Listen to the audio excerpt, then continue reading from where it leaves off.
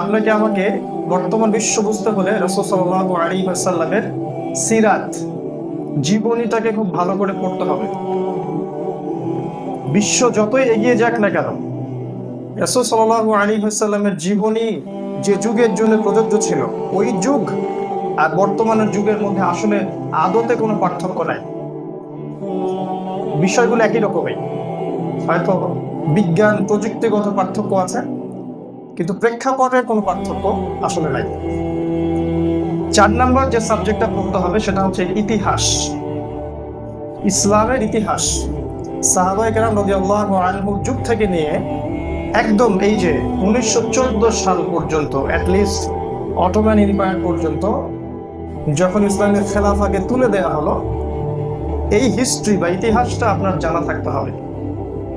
আর আমি যে সাবজেক্টগুলোর কথা বলছি, এই প্রত্যেকটা বিষয় আমাদের বাচ্চাদেরকেও পড়াতে হবে, না হলে আগামী বিশ্বে ওরা এই বিশ্বের যারা জালেম, যারা ফাসেক, যারা ফেরাউন, এই যুগের আবু জেহেল, এদেরকে ওরা চ্যালেঞ্জ করতে পারবে না। আপনি যদি চান যে আপনার সন্তানটা আগামী বিশ্বকে চ্যালেঞ্জ করুক, নেতৃত্ব দেখ, ইসলামকে আবার সে আগের জায়গায় নিয়ে আসুক, এই সাবজেক্টগুলো পড়াতে হবে। কোরআন, রাসূল সাল্লাল্লাহু আলাইহি ওয়াসাল্লামের সুন্নাহ, হাদিস, ইসলামের ইতিহাস, রাসূলুল্লাহ সাল্লাল্লাহু আলাইহি ওয়াসাল্লামের সিরাত, এর সাথে দরকার বিশ্বের ইতিহাস। ইসলামের ইতিহাস এক জিনিস, বিশ্বের ইতিহাসটা আরেক জিনিস, ওটার সম্পর্কেও ধারণা রাখতে হবে। 6, ইসলামিক অর্থনীতি। ইসলাম একটা উদার নৈতিক সাম্যবাদী অর্থনীতি আমাদেরকে উপহার দিয়েছে ইসলাম, অন্য কোনো ধর্ম এটা দেয় নাই। এই অর্থনীতির সম্পর্কে আমরা সবাই খুব একটা জানি না, যারা জানি তারা ঠিক মতো মানি না। এই অর্থনীতির সম্পর্কে জ্ঞান অর্জন করা উচিত যদি আপনি বিশ্বকে বুঝতে চান, অন্যথায় আপনি বিশ্বকে বুঝতে পারবেন না। 7 নম্বর হচ্ছে বিশ্বের রাজনীতি। এই বিশ্বের রাজনীতি কোন দিকে মোড় নিচ্ছে, বিগত 100 বছর ধরে বিশ্বের রাজনীতি কোন দিকে যাচ্ছে, এগুলো বুঝতে হলে আপনাকে জিও পলিটিক্স পড়তে হবে, পলিটিক্যাল সায়েন্স পড়তে হবে। এই বিষয়টা খুবই গুরুত্বপূর্ণ, বর্তমান সময়ের জন্য সবচেয়ে গুরুত্বপূর্ণ টপিক একটা, সেটা হলো জিও পলিটিক্স বা ভূরাজনৈতিক প্রেক্ষাপট বোঝা। আরেকটা হচ্ছে আপনার বিজ্ঞান ও প্রযুক্তি। হ্যাঁ, বিজ্ঞান ও প্রযুক্তি সম্পর্কে জ্ঞান জানতে হবে, না হলে বিশ্বের ধোঁকাবাজি বুঝতে পারবেন না।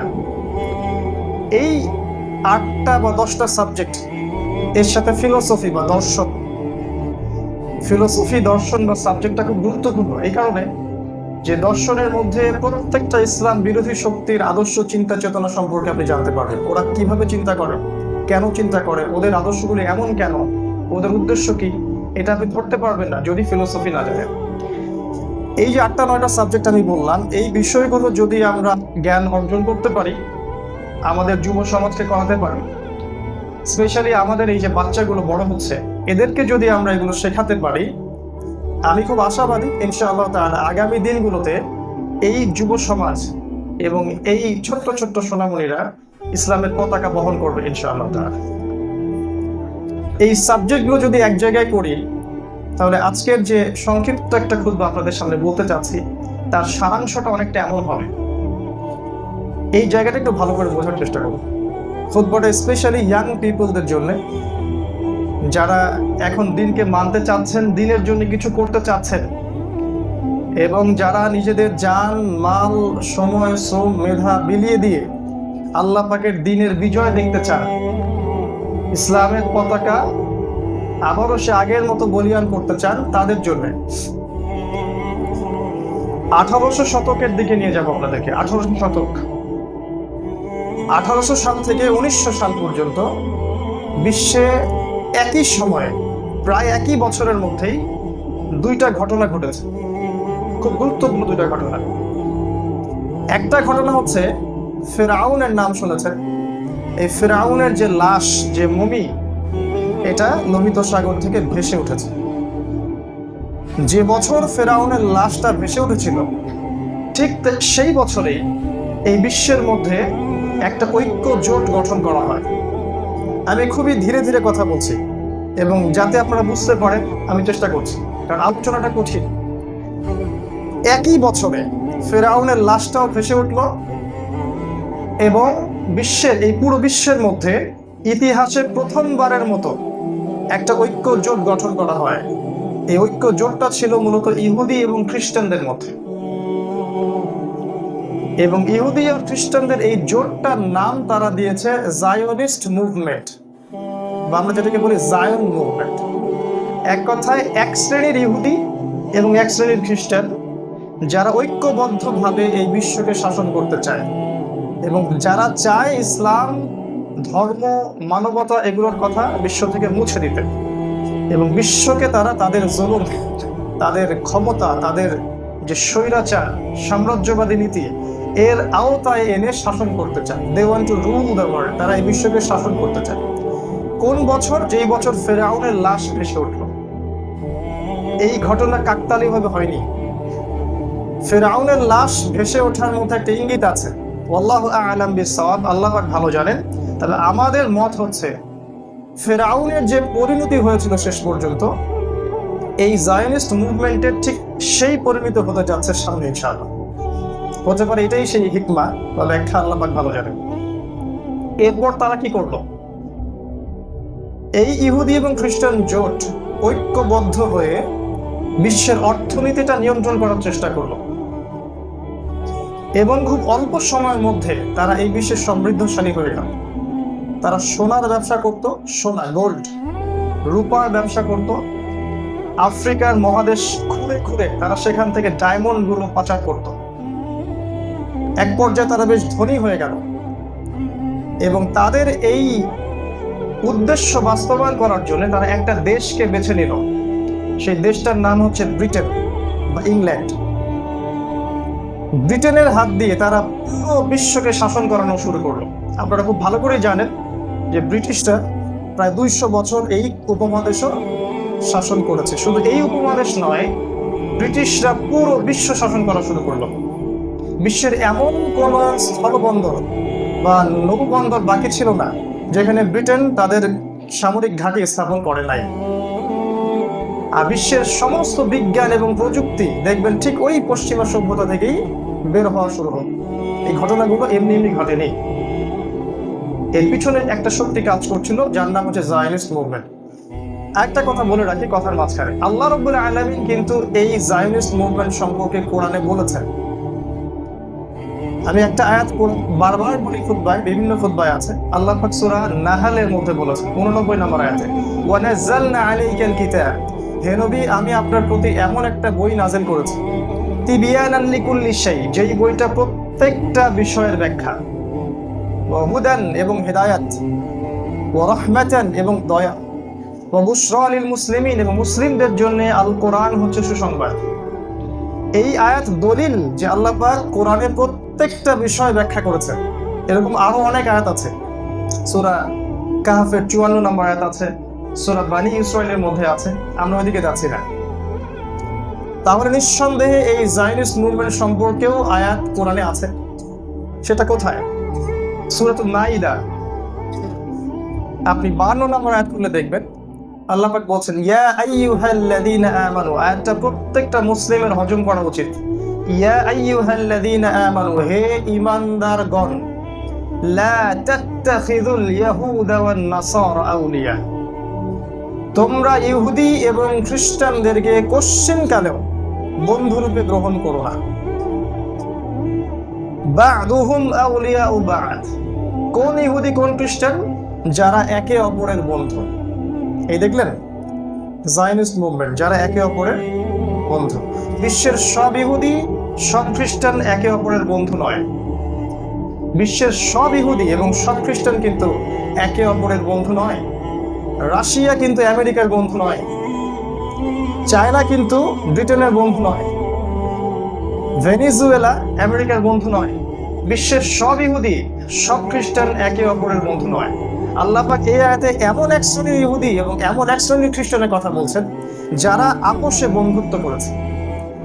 আর এই বন্ধুত্বটা এই ফেরাউনের লাশ ভেসে ওঠার পর এই জায়নিস্ট মুভমেন্টটি ইতিহাসে প্রথমবারের মতো করেছে। এর আগে কখনো ইহুদি খ্রিস্টানদের মধ্যে কোনো বন্ধুত্ব হয়নি। আপনি রাসূলের সিরায় চলে যান। রাসূল সাল্লাল্লাহু আলাইহি ওয়াসাল্লাম যখন নবী, তখন যুদ্ধ হচ্ছে কিন্তু আমাদের সাথে মুশরিকদের, আমাদের সাথে ইহুদিদের, তাই না? তখন আপনি দেখবেন যে ইহুদি খ্রিস্টানদের মধ্যে ওদের মধ্যে কোনো বন্ধুত্ব ছিল না, বরং ইতিহাস জুড়ে ওদের মধ্যে যুদ্ধই ছিল। এই প্রথমবারের মতো তারা বন্ধুত্ব করলো এই যে 1800 শতকে এসে। তার মানে কোরআন আমাদেরকে বলে দিয়েছে যে ওইসব ইহুদি এবং ওইসব খ্রিস্টানদেরকে বন্ধুরূপে গ্রহণ করো না যারা একে অপরের বন্ধু। যদি করো তাহলে কি হবে? তোমাদের মধ্যে হে মুসলিমরা যারা ওদের সাথে হাত মিলাবে তারা এই উম্মার কেউ না, তারা ওদের অংশ। কথা কি পরিষ্কার? তোমাদের মধ্যে যারা ইহুদি এবং খ্রিস্টানদের সাথে হাত মিলাবে তারা এই উম্মার কেউ না, তারা ওদের বন্ধু। আল্লাহু লা ইয়াহদিল কওমাজ যালিমিন, আল্লাহ পাক এই জালেমদেরকে কখনো হেদায়েত করবেন না। এই জায়নিস্ট মুভমেন্ট সর্বপ্রথম এই ব্রিটিশদের হাত দিয়ে সারা বিশ্ব শাসন করেছে অনেক বছর, এবং তারা যেখানেই তাদের শাসন স্থাপন করেছে ওইখানেই দেখবেন জুলুম, ফাসাদ, হত্যা, খুন, ধর্ষণ, লুটপাট সব করেছে তারা। এমন কোন পাপ আর ফাসাদ বাকি রাখেনি যে তারা সেখানে করে নাই। তাদের স্বার্থ উদ্ধার হওয়ার আগ পর্যন্ত তারা সেখান থেকে চলে যেত না। এমনকি উপমহাদেশ থেকে তারা যখন চলে গেছে এমনি এমনি চলে যায় নাই। ভারত পাকিস্তানের দ্বন্দ্ব লাগিয়ে দিয়ে গেছে, ওই কাশ্মীরকে নিয়ে আমাদের দ্বন্দ্ব লাগিয়ে দিয়ে গেছে, বাংলাদেশের সাথে পাকিস্তানকে ডিসকানেক্টেড করে গেছে, বাংলাদেশকে এমন জায়গায় রেখে গেছে যেখানে একদিকে মিয়ানমার, একদিকে ইন্ডিয়া, একদিকে পাকিস্তান, আমরা মাঝখানে। মানে আপনাকে যদি কেউ আক্রমণ করে আপনি কোনো জায়গায় পালিয়েও বাঁচতে পারবেন, আপনাকে এখানেই বাঁচতে হবে, এখানেই মুক্ত হবে। ওরা কখনোই কোনো জায়গা থেকে চলে যায়নি যতক্ষণ পর্যন্ত তাদের স্বার্থ উদ্ধার হয়নি, এবং চলে যাওয়ার সময় তারা ওই জায়গায় স্থায়ী ফাসাদ সৃষ্টি করার ব্যবস্থা করে গেছে। এই হলো ব্রিটেনের ভূমিকা। এরপর এই জায়নিস্ট মুভমেন্ট কি করলো? এরপর তারা প্রথম বিশ্বযুদ্ধ লাগিয়ে দিল। প্রথম বিশ্বযুদ্ধ এমনি এমনি হয়নি। তারা 1919 সালের দিকে, আসলে শুরুটা হয়েছে 14 আগ থেকেই, প্রথম বিশ্বযুদ্ধটা লাগিয়ে দিল। এর ইতিহাসটা আপনারা পড়লে দেখবেন অল্প সময়ের মধ্যে বিশ্বের অনেক বড় বড় রাষ্ট্র, শক্তিধর রাষ্ট্র এই যুদ্ধে ইনভলভ হয়ে যায় এবং বহু মানুষ মারা যায়। এতে আদতে লাভ হয়েছে এক শ্রেণীর মানুষের, তারা হচ্ছে ইহুদি।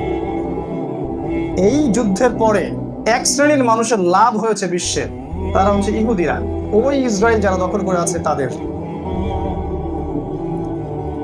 তাদের এই যুদ্ধ লাগানোর উদ্দেশ্য কি ছিল? উদ্দেশ্য ছিল মূলত দুইটা। একটা হচ্ছে তাদের এই যে মিশন, বিশ্বকে শাসন করার, এর সবচেয়ে বড় বাধা যে জাতিটা, তার নাম হচ্ছে মুসলিম। এই মুসলিমদের খেলাফত, অটোমান খেলাফতটাকে ধ্বংস করাই ছিল তাদের উদ্দেশ্য। এবং তারা প্রথম বিশ্বযুদ্ধের মধ্য দিয়ে, আপনি খেয়াল করে দেখবেন, ওই জেরুজালেমটাকে মুক্ত করে ফেলল। ওই জেরুজালেম আমাদের হাতে ছিল, যেখানে তুর্কিরা শাসন চালাতো, অটোমান এম্পায়ার, ওসমানীয় খেলাফা। এই বিশ্বযুদ্ধের পর ওই খেলাফত চলে গেল, ইসলামের সর্বশেষ খেলাফত এটাও চলে গেল। আমাদের কোনো খেলাফা থাকলো না, কোনো আমির, কোনো ইউনিটি, কোনো ঐক্য, কিছু থাকলো না। আর ওই জেরুজালেম তারা মুক্ত করে কাদের জন্য ছেড়ে দিল? রহস্যজনকভাবে জেরুজালেম উদ্ধার করার পর ব্রিটিশ সেটা শাসন করলো না, বরং ব্রিটিশরা ইহুদিদের জন্য একটা দরজা খুলে দিল, তোমরা আসো এবং জেরুজালেমে স্থায়ী আবাস স্থাপন করো। আপনি খেয়াল করলে দেখবেন প্রথম বিশ্বযুদ্ধের পর থেকে ইহুদিরা দলে দলে জেরুজালেমে আসা শুরু করলো এবং তাদের রাষ্ট্রটা তারা গঠন করলো। এবং আমাদের মা, আমাদের বোন, আমাদের ভাই, আমাদের বাবাদেরকে সেখান থেকে সমূলে উৎপাটিত করে জোরপূর্বক জুলুম এবং ফাসাদের বলে জেরুজালেম দখল করলো। এখন পর্যন্ত তারা সেটা দখল করে আছে। আপনি কি ডটগুলো মিলাতে পারছেন? এটা ছিল প্রথম বিশ্বযুদ্ধের মূল উদ্দেশ্য। আরেকটা উদ্দেশ্য ছিল, সেটা হলো ইহুদিদেরকে শক্তিশালী করে তোলা এবং ক্ষমতার যে হাত, এটা ব্রিটেনের হাত থেকে চলে গেল আরেকটা রাষ্ট্রের হাতে। সেই রাষ্ট্রের নাম হচ্ছে আমেরিকা। এখন ব্রিটেনের ভূমিকা শেষ। ব্রিটেন আস্তে আস্তে ইতিহাস থেকে বিদায় নিল, নতুন একটা রাষ্ট্র ইতিহাসের বুকে আসলো, তার নাম হচ্ছে আমেরিকা। এবং ব্রিটেন যা করেছে, তার চেয়েও বেশি জুলুম, তার চেয়ে বেশি ফাসাদ, তার চেয়ে বেশি বিজ্ঞান, তার চেয়ে বেশি প্রযুক্তি, তার চেয়ে বেশি অস্ত্র নিয়ে বিশ্বের সামনে হাজির হলো, আরো বড় পরাশক্তি। এবং এও কিন্তু ইহুদিদের সাথেই কাজ করতে লাগলো। আজ পর্যন্ত তারা কিন্তু সেটাই করছে এবং পুরো আমেরিকাকে নিয়ন্ত্রণ করছে এক শ্রেণীর ইহুদি ভিতর থেকে।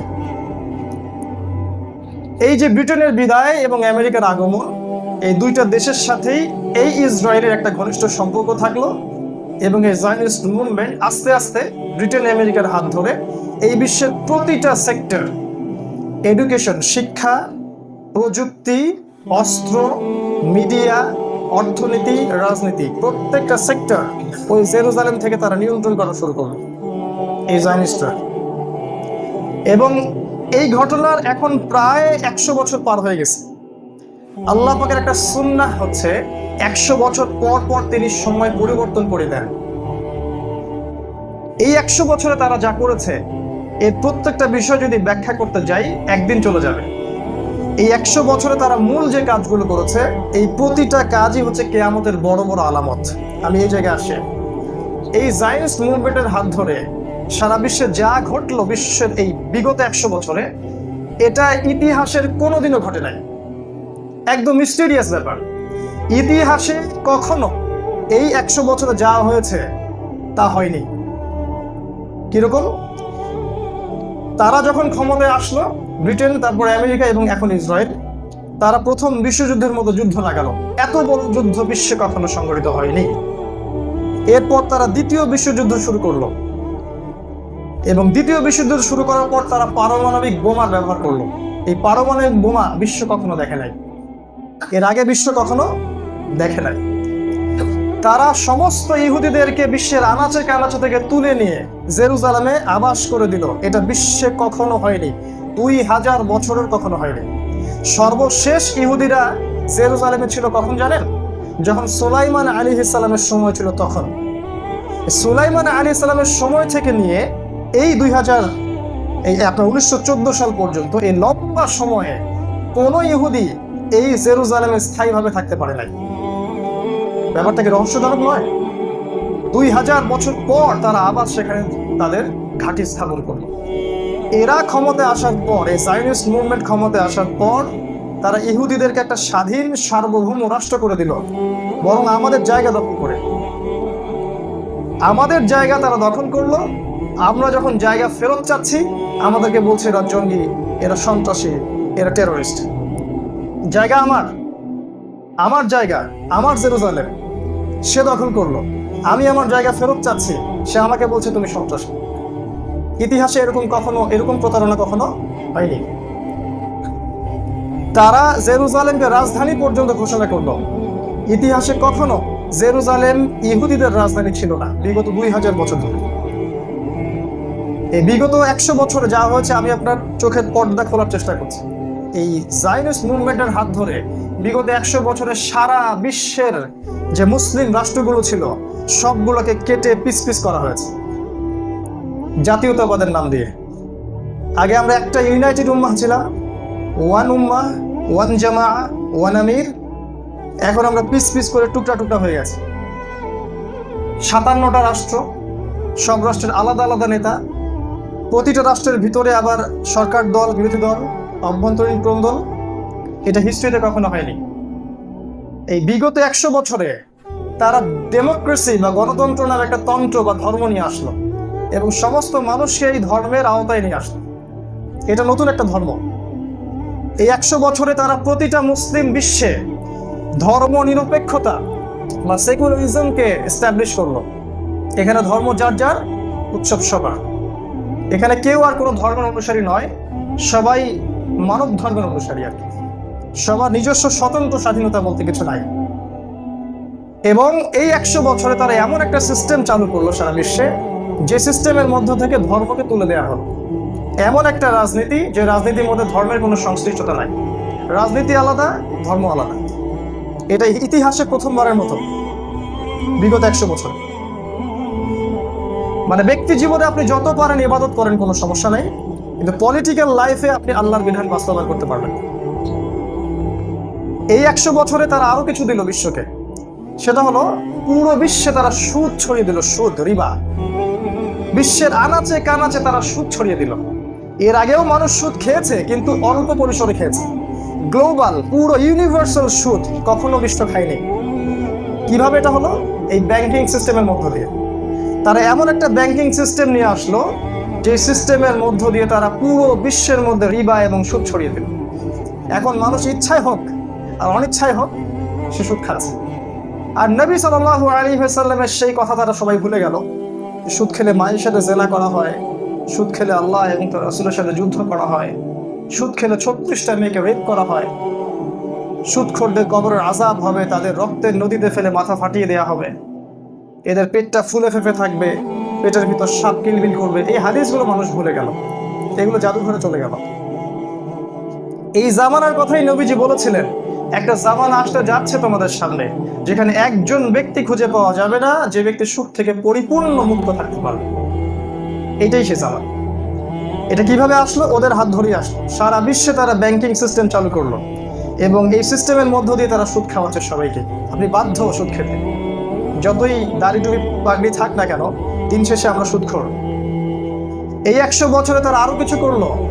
ইসলামের একটা মুদ্রা ছিল, সোনা এবং রূপার কয়েন। এই সোনার এবং রূপার কয়েনটাকে তারা বাজার থেকে তুলে দিল। এই জায়গায় তারা তেজপাতা নিয়ে আসলো, কাগজের কিছু টাকা, যার অন্তর্নিহিত কোনো মূল্যই নাই। একটা কাগজের টাকা, এর উপর একটা সিল মেরে দেওয়া হয়েছে, এটা 500 টা 1000। একটা গোল্ড কয়েন যার ভিতরে অরিজিনাল সোনা আছে, এটাই মূল সম্পদ। এই কাগজটা মূল সম্পদ নয়। তারা বাজার থেকে মূল সম্পদকে তুলে দিয়ে একটা যৌগিক সম্পদ বাজারে নিয়ে আসলো, যার অন্তর্নিহিত কোনো মান নাই। এর ফলে কি হলো? এর ফলে সারা বিশ্বের সোনা রূপা ওরা নিয়ে নিল, আর সারা বিশ্বকে ওরা দিল কাগজের টাকা। ধরতে পারছেন কি? সারা বিশ্বের সোনা এবং রূপা ওরা নিয়ে নিচ্ছে, আর সারা বিশ্বকে দিচ্ছে তেজপাতা। আর আমরা মনে করছি যে এটাই হচ্ছে আসল মুদ্রা। আর আমাদের স্কলার্স অফ ইসলাম, ইসলামের যারা স্কলার্স, তারা এই জায়গায় নীরব। এগুলো নিয়ে তারা কখনো ভাবেন কিনা আমার জানা নেই। এরপরে তারা আবার নতুন একটা মুদ্রা দিচ্ছে বিশ্বকে, সেটা হচ্ছে ইলেকট্রনিক মানি। এই ইলেকট্রনিক মানি দিয়ে তারা পুরো বিশ্বের সম্পদ রাতারাতি লুট করতে পারবে। দেন দেখবেন একটা ন্যাশন, একটা জাতি পড়ে গেছে। এগুলো বিগত 100 বছরে হয়েছে, যেটা আগে কখনো হয়নি, হিস্ট্রিতে কখনো হয়নি। এই বিশ্বের শেষ 100 বছর রহস্যজনক, এবং কিয়ামতের 99% আলামত এই 100 বছরে দেখা যাচ্ছে। খেলাফত চলে গেল, প্রতিটা দেশে সেকুলারিজম, ধর্মনিরপেক্ষতাবাদ, আপনার কমিউনিজম, আপনার জাতীয়তাবাদ, মুসলিম ঐক্যকে বিনষ্ট করা, সুদ ছড়িয়ে দেয়া, এই টাকা পয়সার যে করাপশন, সোনার উপর তুলে দেয়া, কাগজের টাকা নিয়ে আসা, সব তারা করলো। আরো কিছু করলো তারা একটা সংঘ তৈরি করলো, যার নাম দিল ইউনাইটেড নেশনস বা জাতিসংঘ, যার মূল উদ্দেশ্যই হচ্ছে সারা বিশ্বের মধ্যে মুসলিমদেরকে ডমিনেট করা। তারা আর সবকিছুই করবে, ইসলামকে রাইজ করতে দিবে না। এই জায়গায় তারা তারা সব করতে পারে, ইসলামকে তারা নেতৃত্বের আসনে কশ্চিন কালেও আসতে দিবে না। এটা ওদের উদ্দেশ্য, এমবিশন। এই উদ্দেশ্যেই তারা এই কাজটা করেছে। বিগত 100 বছরে তারা আরো কিছু কাজ করলো। তারা বিশ্বের আনাচে কানাচে সেই সব মুসলিমদেরকে টার্গেট করতে থাকলো, যেই মুসলিমরা ভিতর থেকে চায় যে আবারও সেই খেলাফত ফিরে আসুক। যারাই ভিতর থেকে এটা চায়, এবং বিশ্বের যে কোনো প্রান্তে যারাই এই চেষ্টাটা করছে বা করবে, তাদের শিকড়কে তারা উপড়ে ফেলতে চায়। এই 100 বছরে তারা মিডিয়া এবং প্রযুক্তিকে নিয়ন্ত্রণ করলো, এবং মিডিয়া প্রযুক্তি দিয়ে তারা দিনকে রাত আর রাতকে দিন বানালো। বিশ্বের প্রত্যেকটা তাওহীদপন্থী মুসলিমকে ওরা বানিয়ে দিল সন্ত্রাসী এবং জঙ্গি। আর বিশ্বের যত ফাসেক, যত জালেম, যত মুনাফেক, এদেরকে শান্তিতে নোবেল দেওয়া শুরু করলো। বিগত 100 বছর এগুলো হয়েছে, আরো আছে। বিগত 100 বছরে তারা সারা বিশ্বে ইউনিভার্সাল জেনা ছড়িয়ে দিয়েছে। ইউনিভার্সাল জেনা, আগে মানুষ জেনা করেছে কিন্তু লিমিটেড ভাবে, গ্লোবাল জেনা মানুষ করে নাই। এখন গ্লোবাল জেনা কিভাবে? ওই যে পর্নোগ্রাফির মাধ্যমে, পর্নোগ্রাফি, ব্লু ফিল্মস, এগুলোর মধ্য দিয়ে তারা সারা বিশ্বের আনাচে কানাচে ন্যাংটা ছবি, নগ্ন নারীর নাচ, নৃত্য প্রদর্শনী, মডেলিং এবং ছড়িয়ে দিল। এতে করে আমাদের যারা মুসলিম যুব সমাজ ছিল, এদের প্রত্যেকের হৃদয়, ভিতরের যে রূপটা, এটাকে তারা মেরে ফেলল। কারণ মুসলিম যুবকদের ভিতরে যদি ইমানের টেস্টটা থাকে, তাহলে ইনশাআল্লাহ তাআলা এরা 10 জন যথেষ্ট 100 জনের বিরুদ্ধে লড়াই করার জন্য। কিন্তু তারা কোন জায়গায় টার্গেট করলো? যে যে তাদের ইমানি চেতনাকে এটাকে যদি মাটিতে মিশিয়ে দেওয়া যায়, তাহলে এই যুব সমাজ ইসলামের পক্ষে দাঁড়াতে পারবে না। তারা সফল হয়েছে। তারা এই পর্নোগ্রাফির মাধ্যমে, সুদের মাধ্যমে, মাদকের মাধ্যমে এবং জীবনের উদ্দেশ্যটাকে সরিয়ে দেওয়ার মধ্য দিয়ে আমাদের এখনকার যে যুব সমাজ, এদেরকে আল্লাহর পথ থেকে তারা সরিয়ে দিয়েছে। এই যুব সমাজ ইল্লা মাশাআল্লাহ, আল্লাহ যদি চান সেটা আলাদা বিষয়, এই যুব সমাজ যারা দুনিয়ার দিকে ঝুঁকে গেছে, এরা কখনো আল্লাহ রাব্বুল আলামিনের কালিমার পতাকা হাতে নিয়ে ফি সাবিলিল্লাহ জিহাদ করতে পারবে না। কারণ ভিতরের যে রূহ, আত্মা, ইমানের তেজ, এটাকে নষ্ট করে দেওয়া হয়েছে। এটা লাস্ট 100 বছরে করেছে তারা। এই লাস্ট 100 বছরে তারা আরো কিছু কাজ করেছে। ইউনিভার্সাল মাদক ছড়িয়ে দিয়েছে, এবং এমন এমন কিছু মাদক যেটা পার্মানেন্টলি একটা যুব সমাজকে ধ্বংস করে ফেলে। এমন মাদক নয় যে মাদকের মধ্যে কিছুটা উপকার আছে। আল্লাহ পাক কোরআনে বলেছিলেন মদের মধ্যে কিছুটা উপকার আছে, পরে বলেছেন হারাম। এখনকার মাদক সেই রকম না। একবার যে এটাকে অ্যাডিক্টেড হয়ে যাবে, তার পুরো জীবন শেষ হয়ে যাবে। এগুলোর টার্গেট ছিল যুব সমাজ, এবং তারা সেখানে সফল। আপনার মাথার পিছনে রাখেন, এই কাজগুলো করছে জায়নিস্ট মুভমেন্ট। এমন এক শ্রেণীর ইহুদি, এমন এক শ্রেণীর খ্রিস্টান যারা চায় জালেমের, জুলুমের বলে বিশ্ব শাসন করতে। কোথা থেকে শাসন করবে? জেরুজালেম থেকে শাসন করবে। লাস্ট 100 বছর তারা আরো কিছু কাজ করেছে।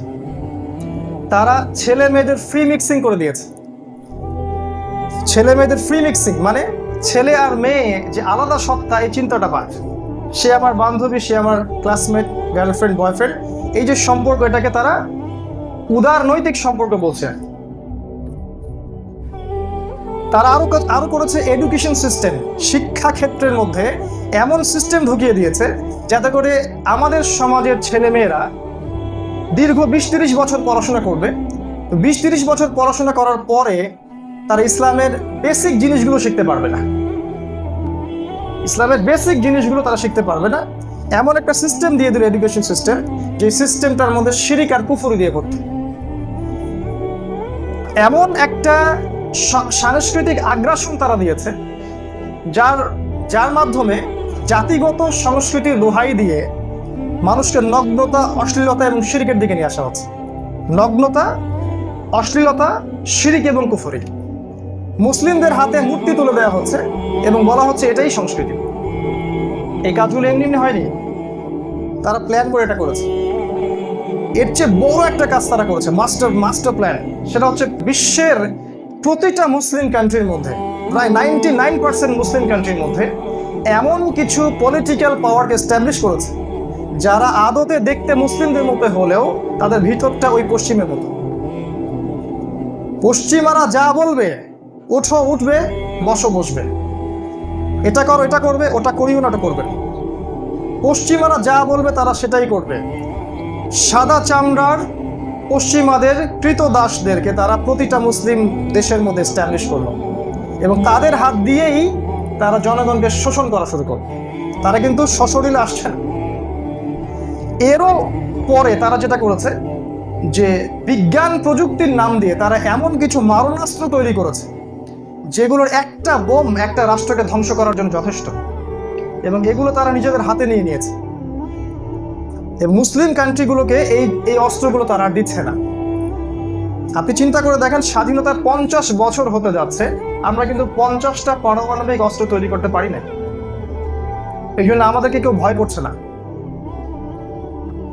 যারা এগুলো আমাদেরকে দিচ্ছে, অস্ত্র যেখান থেকে কিনছি আমরা, তারা মূল জিনিসটা রেখে, যেটা দিলেই না দিলেই নয়, সেটা আমাদেরকে দিচ্ছে। আমরা কিন্তু সেটা অর্জন করতে পারিনি। ছোট্ট একটা রাষ্ট্র উত্তর কোরিয়া, এই যে কিম জং উন প্রশাসন, এই যে মিসাইলের পরীক্ষা চালায়, আমেরিকার ঘুম হারাম হয়ে যায়। এতগুলো শক্তিশালী মুসলিম রাষ্ট্র থাকা সত্ত্বেও আমরা নিউক্লিয়ার সেক্টরে শক্তিশালী হতে পারলাম না। আমাদেরকে ওরা কিন্তু মূল্যায়ন করছে না। মূল মিডিয়া, মূল প্রযুক্তি, মূল অস্ত্র তারা ওদের হাতে রেখে দিয়েছে। এছাড়া তারা দেখবেন স্যাটেলাইট, ইন্টারনেট, টেকনোলজি, এগুলোর মধ্য দিয়ে সারা বিশ্বকে মনিটর করছে। কে কোথায় কখন কি অবস্থায় আছে তারা সবকিছু জানে। কে কোথায় কখন কি অবস্থায় আছে, কারা কি করছে, সবকিছু তার একটা সেন্টার থেকে নিয়ন্ত্রণ করছে। ইভেন আপনি আপনার ফোনে কোন ইসলামিক বিষয় নিয়ে কথা বলছেন, এটা পর্যন্ত ওদের নখদর্পণে আছে। এগুলো কি এমনি এমনি হয়ে গেল লাস্ট 100 বছর? বিশ্ব এরকম পরিবর্তন কখনো দেখে নাই। ইউনিভার্সাল জেনা, ইউনিভার্সাল রিবা, ইউনিভার্সাল সুদ, খেলাফাত, অধঃপতন, মুসলিম কান্ট্রিগুলোর মধ্যে এই যে বিভক্তি। আরো একটা বড় জিনিস দেখায়, সেটা হলো মুসলিমদের বিভক্তি। এই যে মুসলিমদের মধ্যে আমরা যারা নামাজি ব্যক্তি, কালেমা বিশ্বাস করি, আল্লাহ বিশ্বাস করি, মুসলিমদের এইরকম বিভক্তি আগে কখনো ছিল না। এক ভাই আরেক ভাইকে দেখলে সালাম দেয় না, এক ভাই এক দল আরেক দলের সাথে চা খায় না, একজন আরেকজনকে তাকফির করছে। ভাইয়ে ভাই যে আমরা এক, এই কনসেপ্টটা উঠে গেছে। এটা তাদের প্ল্যান ছিল, তারা সফল হয়েছে। তাদের আরো প্ল্যান ছিল যে ওলামায়ে কেরামকে দিয়ে এমন কিছু প্রচার করানো যার ফলে জনগণ বিভ্রান্ত হয়ে যায়। এখন দেখবেন ওলামায়ে কেরামদের মধ্যে এক শ্রেণীর মানুষ এমন কিছু প্রচার করবে যাতে জনগণ বিভ্রান্ত হয়ে যাচ্ছে, জনগণ আরো বিভক্তির দিকে চলে যাচ্ছে। এটা এমনি এমনি হয়নি, এরপরেও তারা আরো কিছু কাজ করেছে। ইসলামের একটা বেসিক শক্তি ছিল জিহাদ। এই জিহাদ শব্দটাকেই তারা মুছে ফেলেছে। এর জায়গায় তারা জঙ্গিবাদ একটা শব্দ দিয়ে আসছে। ইসলামের বেসিক একটা ইবাদত ছিল জিহাদ ফি সাবিলিল্লাহ। এই জায়গায় তারা এমন একটা শব্দ নিয়ে আসছে যে মুসলিমরা, ইভেন আলেম ওলামারা পর্যন্ত শব্দটা উচ্চারণ করতেই ভয় পায়। আর জিহাদকে বিতর্কিত করার জন্য তারা নিজেদের কিছু পেটুয়া বাহিনী, ওদের অস্ত্র, ওদের টাকা দিয়ে এমন কিছু বাহিনী তারা তৈরি করেছে যারা দেখতে মুসলিমদের মতোই, আদতে ওদের উদ্দেশ্য তারা বাস্তবায়ন করে থাকে। আদতে ওদেরকে তারা তেল দিয়েছে, এদেরকে দিয়ে তারা বিভিন্ন মুসলিম কান্ট্রির মধ্যে বোমা হামলা করিয়েছে এবং মিডিয়ার মধ্য দিয়ে তারা প্রচার করেছে এরাই হচ্ছে প্রকৃত মুসলিম, এই হলো জিহাদের সংজ্ঞা, অতএব জিহাদ মানেই সন্ত্রাস, এটা থেকে মুসলিমদেরকে সরিয়ে দাও। তারা সফল, তারা কিন্তু সফল। আর এর বাইরে যারা ইসলামের বেসিক বিষয়গুলো মেনে চলার চেষ্টা করে, ইসলামকে যে নিজের জান প্রাণ দিয়ে ভালোবাসে এবং ইসলামের খেলাফার বাস্তবায়ন দেখতে চায়, তাদেরকে এরা মৌলবাদী ট্যাগ দিয়েছে। মৌলবাদী এই প্রতিটা বিষয়, এগুলো বলতে থাকলে দিন চলে যাবে।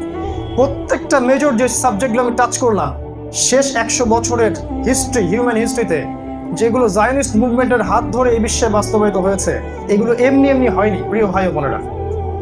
এগুলোর পিছনে একটা শক্তি কাজ করছে, যারা প্রচন্ড শক্তিশালী, যাদের হাতে পলিটিক্যাল পাওয়ার আছে, যাদের হাতে অর্থনীতি আছে, যাদের হাতে মিডিয়া, যাদের হাতে প্রযুক্তি, যাদের হাতে আপনার অস্ত্র, যাদের হাতে বিশ্বের ক্ষমতা, এবং তারা এই শক্তিগুলো দিয়ে সারা বিশ্বকে শোষণ করতে চাচ্ছে, স্পেশালি মুসলিমদেরকে। এই প্রেক্ষাপটে আপনার আমার কি করণীয়? আমরা কি করতে পারি? আমরা কি ওদের দাসে পরিণত হব? আমরা কি আমাদের ঈমান, আমল, ইসলামকে বিক্রি করে দিব? আমরা কি এভাবেই অজ্ঞতার মধ্যে থেকে যাব আর আপোষে মারামারি কাটাকাটি করতেই থাকবো আর ওরা আমাদেরকে শাসন করতেই থাকবে? কোথায় সেই উমরের যুগ?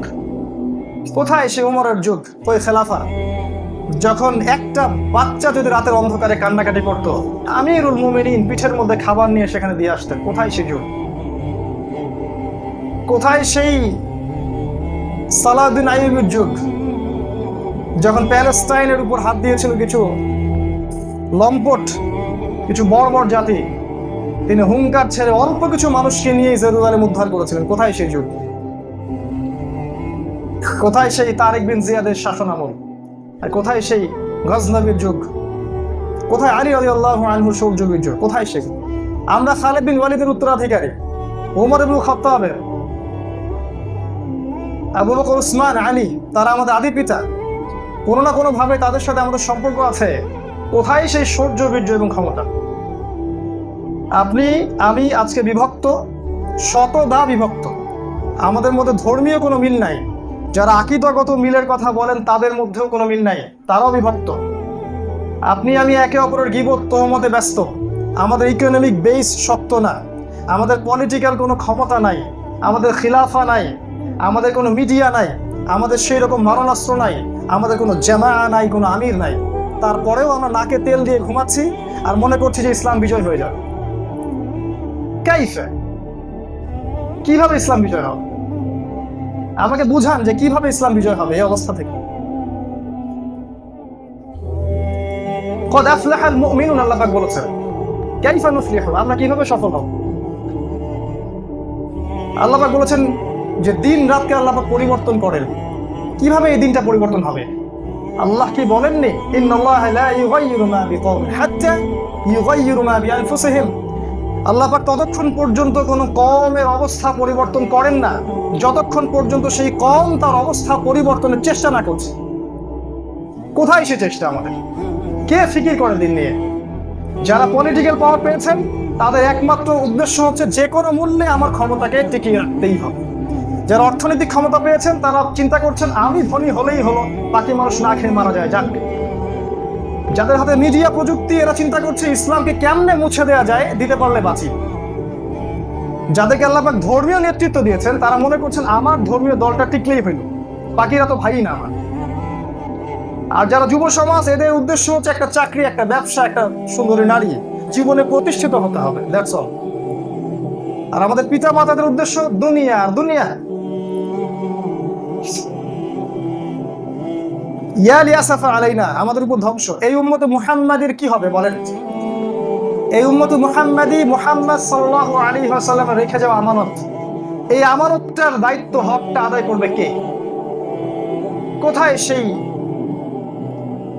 জামাআ, সেই তাইফা মানসুরা কোথায় যারা এর হক আদায় করবে? কেন আমরা এত স্বার্থপর হয়ে গেলাম? আল্লাহ রাব্বুল আলামিন এই দিনটাকে আমাদের উপর আমানত দিয়েছিলেন। আল্লাহ পাক বলেছিলেন যে ইউরিদুনা লিইউতফিউ নূরাল্লাহ, এরা আল্লাহর এই নূরটাকে নিভিয়ে দিতে চায়। ওয়াল্লাহু ইউতিম্মু নূরাহ, আল্লাহ পাক তার এই নূরটাকে প্রজ্বলিত করবেন। ওয়ালাউ কারিহাল কাফিরুন, যদিও কাফেররা এটা পছন্দ করে না। হুয়াল্লাযী আরসালা রাসূলাহ, তিনি সে আল্লাহ যিনি তার রাসূলকে প্রেরণ করেছেন। কি জন্য? লিইউযহিরাহু আলা দ্বীনি কুল্লিহি, যাতে করে এই দিন ইসলাম অন্য সমস্ত দিনের উপর বিজয়ী হতে পারে। ওয়ালাউ কারিহাল মুশরিকুন, যদিও মুশরিকরা এটা পছন্দ করবে না। এই দাসত্বের শৃঙ্খলার কতদিন? আল্লাহ পাক এই দিনকে বিজয়ী করার জন্য পাঠিয়েছেন। এই বিজয়ের চেষ্টাটা কোথায়? এটা আমার প্রশ্ন আপনাদের সবার কাছে। আমাদের ইন্ডিভিজুয়াল প্রস্তুতি কোথায়? কোথায় জামা, কোথায় ইমারা, কোথায় ওলামায়ে কেরামের ঐক্য, কোথায় ইকোনমিক বেস, কোথায় আমাদের জিহাদ, কোথায় দাওয়াত, কোথায় ইরাদ? কিভাবে ইসলাম বিজয়ী হবে? আর ইসলাম যদি বিজয় না হয় আমি কি বিজয়ী হব? এই ইসলাম যদি না থাকে আমি কি থাকবো? তারা কি দেখবে যে আমার রং কেমন, ভাষা কেমন, আমার বর্ণ কেমন, আমি কোন মাযহাব, কোন তরিকার? নাকি ওই জায়নিস্টরা দেখবে যে আমি লা ইলাহা ইল্লাল্লাহ কালিমা পড়েছি কি পড়ি নাই? ওই সিরিয়ার শিশুদেরকে যখন বোম্বিং করা হয় তারা কি দেখে যে এরা কোন মাযহাবে? ওই ইয়েমেনের বাচ্চাগুলো, যারা রুটির বাচ্চা, দুধের বাচ্চা, ওদেরকে যখন বোম্বিং করে হত্যা করা হয় তারা কি দেখছে যে ওরা কোন মাযহাবে? তারা শিয়া না সুন্নি? যারা উইঘুরদেরকে হত্যা করছে নির্মমভাবে, ওই চাইনিজরাকে দেখছে এরা কোন মাযহাব, কোন তরিকা? কাশ্মীরিদেরকে যখন অত্যাচার করা হচ্ছে ইন্ডিয়ান গভর্নমেন্ট কি দেখছে ওরা কোন মাযহাব? আফগানিস্তানে যখন হামলা করা হলো ওরা কি দেখেছে এটা কোন মাযহাবে? কি হলো আমাদের? এই দুঃখের কথাটা বলবো কি হলো আমাদের? আল্লাহ পাক বলেছিলেন ইন তানসুরুল্লাহ ইয়ানসুরুকুম, তোমরা যদি আল্লাহকে সাহায্য করো আল্লাহ পাক তোমাদেরকে সাহায্য করবেন। ওয়া ইউসাব্বিত আকদামাকুম, তোমাদের পদযুগলকে আল্লাহ পাক দৃঢ় করে দিবেন। আমরা কি মনে করছি আমরা দায়িত্ব ছেড়ে দিলে আল্লাহ পাক আমাদেরকে মাফ করে দিবেন? দুই তিনটা আয়াত খালি বলছি, শেষ করে দিব খুতবা। আল্লাহ পাক বলছেন সূরা তাওবার মধ্যে, ভালো করে শুনুন। আল্লাহ সুবহানাহু ওয়া তাআলা বলছেন ইয়া আইয়ুহাল্লাযীনা আমানু, হে মুমিনগণ, মা লাকুম, তোমাদের কি হয়েছে? ইযা কিলা লাকুম ইনফিরু ফি সাবিলিল্লাহি সাকালতুম ইলাল আরদ, যখন তোমাদেরকে বলা হয় আল্লাহর পথে বেরিয়ে পড়ো, তোমরা তখন জমিন আঁকড়ে দুনিয়ার স্বার্থ নিয়ে ব্যস্ত থাকো। যখন তোমাদেরকে বলা হয় আল্লাহর পথে বেরিয়ে পড়ো, তোমরা জমিন আঁকড়ে দুনিয়ার স্বার্থ নিয়ে পড়ে থাকো। আর রাদিতুম বিল হায়াতিদ দুনিয়া মিনাল আখিরাহ, তোমরা কি এই দুনিয়ার জীবনকে নিয়েই সন্তুষ্ট হয়ে গেছো? ফামা মাতাউল হায়াতিদ দুনিয়া মিনাল আখিরাতি ইল্লা কালিল, পরকালের জীবনের তুলনায় দুনিয়ার এই জীবন নিতান্তই নগণ্য। আল্লাহ পাক বলছেন ইল্লা তানফিরু, তোমরা যদি আল্লাহর পথে বের না হও, ভালো করে শুনে রাখেন, ইল্লা তানফিরু, তোমরা যদি আল্লাহর পথে বের না হও, ইউআযযিবকুম আযাবান আলীমা, আল্লাহ পাক তোমাদের সবাইকে, একদম সবাইকে মহা যন্ত্রণাদায়ক শাস্তি দান করবেন। ওয়া ইয়াস্তাবদিল কওমান গায়রাকুম, এবং অন্য কওমকে তোমাদের জায়গায় নিয়ে আসবেন। লা তাদুররুহু শাইআ, তোমরা তার কোনো ক্ষতি করতে পারবে না। ওয়াল্লাহু আলা কুল্লি শাইইন কাদির, আল্লাহ পাক প্রত্যেকটা বিষয়ের উপর কর্তৃত্বশীল। ইনফিরু খিফাফা ওয়া সিকালা, তোমরা ভারী দলে এবং হালকা দলে আল্লাহর পথে বের হয়ে যাও। দাওয়াত এবং জিহাদের ক্ষেত্রে বের হয়ে যাও। ওয়াজাহিদু বিআমওয়ালিকুম ওয়া আনফুসিকুম, তোমাদের জান মাল দিয়ে আল্লাহর পথে জিহাদ করতে থাকো। যালিকুম খায়রুল লাকুম, এটাই তোমাদের জন্য উত্তম। ইন কুনতুম মুমিনিন, তোমরা যদি মুমিন হয়ে থাকো।